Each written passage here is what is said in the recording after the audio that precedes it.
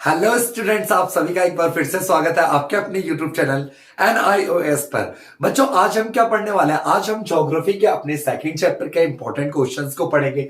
बच्चों, अगर आपने सेकंड क्वेश्चंस के देखो, इस वीडियो को देखने से पहले मैं आपको ये बात बता दूं कि अगर आपने इससे पिछली वाली वीडियो नहीं देखी है, जो हमारे फर्स्ट चैप्टर की वीडियो अगर उसे नहीं देखी है तो उस वीडियो को जरूर देख लें, ठीक है? क्योंकि हमने फर्स्ट चैप्टर की भी वीडियो अपने यूट्यूब चैनल पे डाल दिया है। आज हम सेकंड चैप्टर को पढ़ेंगे। सेकंड चैप्टर जिसका नाम क्या है? भूगर्भ और उसके पदार्थ। भूगर्भ और उसके पदार्थ। तो इसी के हम इंपॉर्टेंट क्वेश्चंस को पढ़ेंगे, ठीक है? तो सेकंड चैप्टर के क्वेश्चंस को इंपॉर्टेंट को पढ़ लीजिए। चले चलते हैं। पहला क्वेश्चन क्या कह रहा है? पृथ्वी के भूगर्भ की प्रत्यक्ष जानकारी में कौन सा प्रमुख रूप से बाधक है? तो देखिए, पृथ्वी जो है हमारी, पृथ्वी आपको पता ही है, मैंने पहले चैप्टर में बता दिया था। पृथ्वी हमारी गोल नहीं है, भू आविष्ट है। पृथ्वी के अंदर हमें जानने के लिए किन चीजों की प्रमुख बाधाएं आ रही है, रुकावट क्या क्या आ रही है? तो गहराई बढ़ने के साथ साथ तापमान बहुत तेजी से क्या जाता है? बढ़ता जाता है। जैसे जैसे हम पृथ्वी के अंदर जाते हैं वैसे वैसे तापमान पृथ्वी का क्या होता जाता है? बढ़ते जाता है। इसीलिए पृथ्वी के अंदर क्या है इसको जानना बहुत ही क्या है बच्चों? कठिन है। पहला क्वेश्चन हो गया हमारा। सेकंड क्वेश्चन क्या कह रहा है? भूगर्भ की 3 परतों के नाम बताओ। पृथ्वी जो है हमारे, इसके अंदर की 3 परतों के नाम बताओ। तो पृथ्वी की सबसे ऊपरी परत को क्या बोलते हैं बच्चों? पृथ्वी की सबसे ऊपरी परत को भूपर्पट्टी या स्थल मंडल कहते हैं, ठीक है? पृथ्वी की कितनी परतें होती है? 3। पहली परत क्या है? पहली परत को भूप्रपट्टी या स्थल मंडल कहते हैं। दूसरा जो परत होता है इसको मेंटल कहते हैं। क्या कहते हैं बच्चों? मेंटल। और तीसरा और बीच का इंपॉर्टेंट परत होते हैं जिसे हम बोलते हैं क्रोड। तो दूसरा क्वेश्चन में समझ आ गया होगा। दूसरा क्वेश्चन क्या कह रहा है? भूगर्भ की 3 परतों के नाम लिखिए। भूगर्भ की 3 परतें कौन कौन से? सबसे ऊपर वाली स्थल मंडल या भूप्रपट्टी कहते हैं, सेकंड वाली को मेंटल कहते हैं, तीसरे को क्या बोलते हैं? क्रोड। ठीक है बच्चों, तीसरा क्वेश्चन देखते हैं अपना। क्वेश्चन नंबर 3 क्या कह रहा है? क्रोड का घनत्व कितना है? क्रोड का घनत्व कितना होता है? तो जो हमारा देखिए, सबसे ऊपरी परत को क्या बोलते थे? भूप्रपट्टी। बीच वाले को क्या बोलते थे? मेंटल। बीच वाले को क्या बोलते थे? क्रोड। तो क्रोड का घनत्व है 11.0 से अधिक। 11.0 से अधिक, लगभग 11 के करीब, ठीक है? क्वेश्चन नंबर 4 देखते हैं। क्वेश्चन नंबर 4 हमारा क्या कह रहा है बच्चों? क्वेश्चन नंबर 4 कह रहा है भूप्रपट्टी पृथ्वी की किस परत में शामिल है? जो भूप्रपट्टी है पृथ्वी की कौन से सवर? भूप्रपट्टी स्थल मंडल में है। कौन से मंडल है बच्चों? भूप्रपट्टी स्थल मंडल में है, ठीक है? सबसे ऊपरी परत को क्या बोलते हैं? भूप्रपट्टी। फिर बीच वाले को क्या बोलते हैं? मेंटल। तीसरे वाले को क्या बोलते हैं बच्चों? क्रोड कहते हैं, ठीक है? क्वेश्चन नंबर 5 देखेंगे। क्वेश्चन नंबर 5 क्या कह रहा है? पृथ्वी के केंद्र का तापमान कितना है? पृथ्वी का जो केंद्र है, ये हमारी पृथ्वी है। ऊपरी परत को क्या बोलते हैं? भूप्रपट्टी बोलते हैं। बीच वाले को क्या बोलते हैं? मेंटल। और सबसे केंद्र में क्या है? क्रोड। तो कह रहा है पृथ्वी के केंद्र का तापमान कितना है? लगभग 4 से 5000 डिग्री सेल्सियस तक है। क्वेश्चन नंबर 6 देखिए बच्चों। क्वेश्चन नंबर 6 क्या कह रहा है हमारा?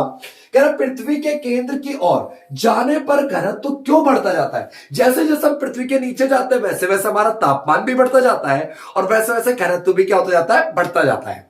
तो पृथ्वी के केंद्र में जाने पर घनत्व क्यों बढ़ जाता है? क्योंकि ऊपर जो होती है ना, पृथ्वी की हल्की परतें होती है और जैसे जैसे हम नीचे जाते हैं ना तो भारी परतें होती है, ठीक है? तो जैसे जैसे हम नीचे की तरफ जाते हैं तो भारी परतें होती है, इसलिए घनत्व क्या होता है बच्चों? ज्यादा होता है। घनत्व क्या होता है हमारा? ज्यादा। क्वेश्चन नंबर 7 क्या कह रहा है? आंतरिक आग्नेय सेल का एक उदाहरण दीजिए। देखिए, आग्नेय सेल क्या होते हैं? जब पृथ्वी से जो लावा निकलता है वो लावा निकल करके ठंडा हो जाता है तो उसे कहता है आग्नेय सेल। क्या कहते हैं बच्चों? आग्नेय सेल। तो आग्नेय सेल का एक उदाहरण क्या है? ग्रेनाइट है। क्या है बच्चों? ग्रेनाइट। Question number 8। इतना क्वेश्चन समझ आया? क्वेश्चन नंबर 8 देखते हैं बच्चों। क्वेश्चन नंबर 8 क्या कह रहा है? खनिज की परिभाषा लिखिए। खनिज की क्या लिखिए? परिभाषा। तो खनिज एक प्राकृतिक रूप से प्राप्त अनैविक तत्व है जिसके कुछ भौतिक और कुछ रासायनिक संगठन होते हैं, या आप बोल सकते हो संगठन के गुण धर्म होते हैं, इनकी कुछ भौतिक और रासायनिक क्वालिटीज होती है। क्वेश्चन नंबर 9 क्या कह रहा है बच्चों हमारा? क्वेश्चन नंबर 9 कह रहा है कि तुषारी अपक्षय किसे कहते हैं? देखो, जब बहुत ठंडे प्रदेशों में क्या होता है? दरार और जोरों से भरे जल के जमने से उनका टूटना और तुषीर अपक्षय कहलाता है। तो कोई भी ठंडा इलाका है, कोई भी ठंडा इलाका जो होता है, प्रदेश होता है, वहां पे दरार जो हो जाता है, जब जोरे दरार फट जाती है तो उसी को कहते हैं तुषीर अपक्षय। अपक्षय मतलब टूटना।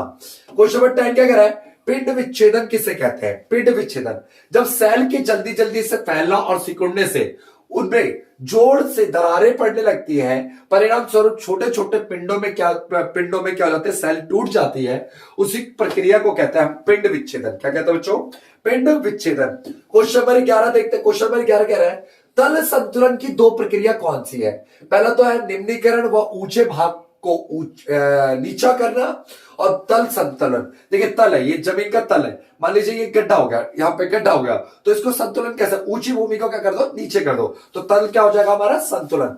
दूसरा अधिवृद्धि या नीचे भागों का भरना, निचले भागों का क्या करना? भरना। जो नीचे वाले इलाके उनको भर दो तो ये तल संतुलन हो जाएगा, या ऊंचे वाले इलाके को नीचा कर दो तो ये क्या हो जाएगा? तल संतुलन। क्वेश्चन नंबर 12 क्या कह रहा है? मृदा परिच्छेदन किसे कहते हैं? मृदा परिच्छेदन क्या होता है? जब मिट्टी, मृदा मतलब मिट्टी की विभिन्न परतों में विन्यास को कहते हैं। मिट्टी की जो अलग अलग परतों में विन्यास पाई जाती है, ये परतें भौतिक, रासायनिक और जैविक तत्वों के आधार पर एक दूसरे से क्या होती है बच्चों? भिन्न होती है। क्वेश्चन नंबर 14 देखेंगे। क्वेश्चन नंबर 14 देखिए, क्वेश्चन नंबर 14 क्या कह रहा है? मृदा निर्माण के लिए 3 आवश्यक कार्य। मिट्टी बनती कैसे है? मिट्टी के लिए क्या क्या चीजें जरूरत होती है? मिट्टी के लिए 3 चीजें क्या जरूरत है? पहले तो मूल सेल, जिससे भाई सेलों का निर्माण होगा, फिर उच्च वच, ओवर खाबड़ होना, और तीसरा समय। भाई 1 मीटर 1 सेंटीमीटर मिट्टी बनने के लिए कई लाखों सालों वर्ष लग जाते हैं, ठीक है। और उसे आप क्या करते हो? पानी के द्वारा समुद्र में बहा देते हो, ठीक है। शाश्वतन से क्या समझते हैं? सस्यावर्तन से तात्पर्य क्या है? मिट्टी की उर्वरता को बनाए रखने के लिए चुने हुए रेत में विभिन्न फसलों को बारी बारी से बोना। क्या करता है? हम अलग अलग फसलों को बोते हैं, उसी को बोलते हैं सस्यावर्तन, मिट्टी के उपजाऊपन को बचाए रखने के लिए। क्वेश्चन नंबर 16 क्या है? मृदा अपरदन को प्रभावित करने वाले कौन से कारक हैं? तो मृदा अपरदन को प्रभावित क्या? मृदा अपरदन क्या होता है? जब एक जगह की मिट्टी उड़ के दूसरी जगह चले आते हैं तो अपरदन कहते हैं, जहां जाती है उसे कहते हैं निक्षेपण, ठीक है। मृदा अपरदन को प्रभावित करने वाले कारक क्या है? जल का प्रवाह और उसकी गति, ढाल का स्वरूप और मृदाओं का गठन, ठीक है, मृदा किस प्रकार की है, और पवनों की क्या है? बराबरता और गति, ठीक है। क्वेश्चन नंबर 17 हमारा, अपक्षय किसे कहते हैं? देखो, सेलों का टूटना फूटना अपक्षय कहलाता है, ठीक है। सेलों का टूटना फूटना क्या कहलाता है? अपक्षय। तो इस वीडियो में हमने क्या देखा बच्चों? इस वीडियो में हमने क्या देखा? इस वीडियो में हमने देखा जो हमारा चैप्टर नंबर 2 है, उसके टोटल हमने 17 क्वेश्चन, 17 क्वेश्चनों को पढ़ा है, छोटे छोटे क्वेश्चनों को पढ़ा है। बच्चों, अगर आपको ये चीजें समझ आती है, किसी भी प्रकार के डाउट लगता है, आपको कोई भी दिक्कत होती है, तो आप हमारे व्हाट्सएप नंबर पे व्हाट्सएप कर सकते हैं। मैंने डिस्क्रिप्शन में भी दे रखा है 8826210664, ठीक है। ये हमारा नंबर है बच्चों, इससे आप जुड़ सकते हैं हमारे साथ, ठीक है। और किसी भी आपको सब्जेक्ट को तैयारी करनी, किसी भी सब्जेक्ट की आपको तैयारी करनी है, तो हम पेपर से पहले क्या करते हैं बच्चों? 300 रुपए, एक सब्जेक्ट के हम 300 रुपए लेते हैं, 300 रुपए लेते हैं, और बच्चे को सब्जेक्ट की पूरी तैयारी करवाते हैं, ठीक है, जब तक उसका पेपर कंप्लीट ना हो जाए।